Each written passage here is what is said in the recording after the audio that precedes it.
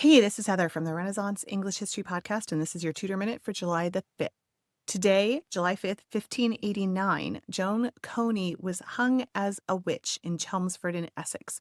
Essex was a county that pursued witchcraft prosecutions more than any other in the 16th and 17th centuries. Some of the most vulnerable people to witchcraft accusations were older widows who lacked protection from husbands or sons. While men could be accused of treason, the vulnerability of women was to witchcraft accusations. Even queens were not immune, and in some cases, like that of Henry V and his stepmother, Joan of Navarre, in the early 15th century, they were actually more vulnerable because often their children would want a way to get at their lands. Henry V took Joan's lands and imprisoned her for years.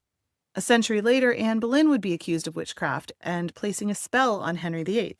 Indeed, powerful women could be accused of witchcraft just as regularly as older and vulnerable widows. In 1542, Henry passed a Witchcraft Act, which was then replaced in 1563 by an Act against conjurations, enchantments, and witchcrafts.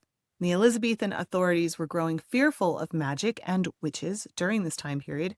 Joan, who was hung today, July 5th, was said to be about 80 years, so about 80. Her grandchildren gave evidence against her, saying that she had gone to a Henry Finch's house and asked for something to drink. Henry's wife was busy and she couldn't get her anything. Joan went away discontented. That night, Finch's wife got sick, had a terrible pain in her side, and died a week later. That was enough to damn Joan, with the evidence of her grandchildren, who were about 12 years old. That's your Tutor Minute. Remember, you can dive deeper into life in 16th century England through the Renaissance English History Podcast or this channel right here. Go ahead and hit subscribe and have yourself an amazing day.